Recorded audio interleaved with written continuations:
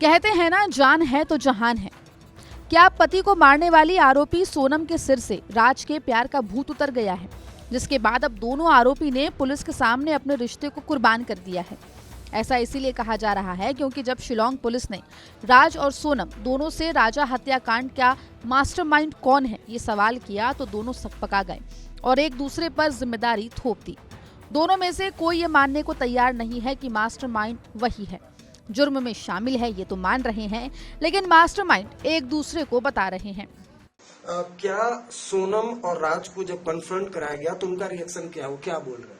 अभी तक हम लोग ने उसको कन्फ्रंट नहीं किया है। अभी तक ये लोग का प्रोडक्शन चल रहा है कोर्ट में, और प्रोडक्शन करने के बाद ही जब हम लोग को पुलिस कस्टडी मिलेंगे तभी हम लोग उसको कन्फ्रंट कराएंगे। नहीं, क्या वो ब्लेम गेम भी कर रहे हैं कि क्या सोनम एक्सेप्ट नहीं?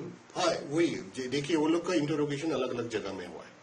लाइक ये राज को तो हम लोग ने इंदौर में पकड़ा था, तो उसका पूछताछ प्रिलिमिनरी इंटरोगेशन जो है वो इंदौर में हुआ।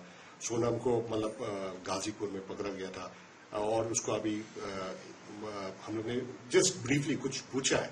तो जो हम लोग का ब्रीफ इंटरोगेशन में अभी वो ब्लेम गेम चल रहा है कि जैसा कि इसका मास्टरमाइंड कौन है, मतलब प्लान किसने बनाया था। तो सोनम बोल रहा है कि राज ने बनाया था, राज बोल रहा है कि सोनम ने बनाया था। वो ऐसा कंट्रोडिक्शन अभी चल रहा है। तो अभी जब लोग को कन्फ्रंट कराएंगे तभी हम लोग को असलियत सच्चाई हम लोग को पता चलेगा। और क्या आपको इस जो मर्डर मिस्ट्री में चौंकाने वाली जानकारी मिली है, जो या क्या ऐसा सॉलिड एविडेंस है सोनम? जैसे हम लोग ने बताया, मैंने बताया, हम लोग के पास काफी एविडेंस है। एट दिस स्टेज में हम लोग नहीं बताएंगे कि हम लोग के पास क्या एग्जैक्ट एविडेंस है, लेकिन मैं आपको बता दूं हम लोग के पास काफी सॉलिड एविडेंस है। नई नवेली शादीशुदा जिंदगी से सोनम जेल की सलाखों के पीछे पहुंच गई। आज वो तनहा है, न पति है, न ससुराल वाले हैं और न ही अपना परिवार साथ खड़ा है। सगा भाई कह रहा है, मेरी बहन को फांसी दे दो। बिल्कुल जुर्म उसने कबूल करा नहीं करा मुझे आइडिया नहीं है। मैंने ऐलान कर दिया कि उसने जुर्म करा है और उसके लिए मैं खड़ा हूँ। मैं खुद उसके लड़ाई लड़ूंगा। मैं राजा के साथ हूँ। आप सोनम को बाइकआउट कर रहे हैं? मैं बिल्कुल सोनम को बाइकआउट। सर, आपके माता पिता अभी भी इस बात को स्वीकार नहीं कर रहे। आप बाइकआउट करेंगे?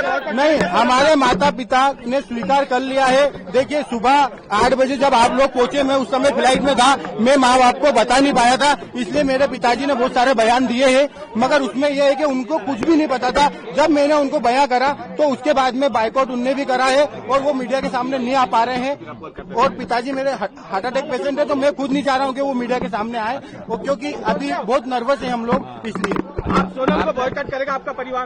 बिल्कुल करेगा। परिवार नहीं करेगा, पूरा समाज करेगा। आपने माफी मांगी परिवार से? बिल्कुल, मैं माफी तो मैं मांग रहा हूँ, मगर देखिए, माफी मांगने से मेरा कुछ भी नहीं होगा। मैं हमेशा दंडवत प्रणाम करूंगा इनको, और मैं हमेशा इनके साथ खड़ा हूँ। सोनम ने जिसके लिए अपने पति राजा की हत्या की साजिश रची थी, अब वो राज भी सोनम के साथ नहीं खड़ा है।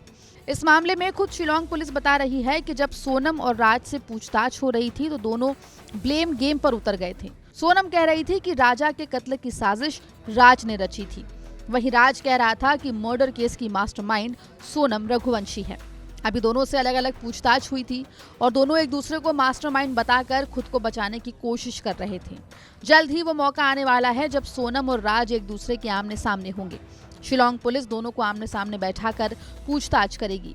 जब दोनों से पूछा जाएगा दोनों का आखिर रिश्ता क्या है, हनीमून के दौरान भी दोनों संपर्क में क्यों थे, दोनों के बीच लगातार चैटिंग क्यों हो रही थी।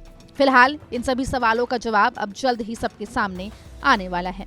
ब्यूरो रिपोर्ट, MP तक।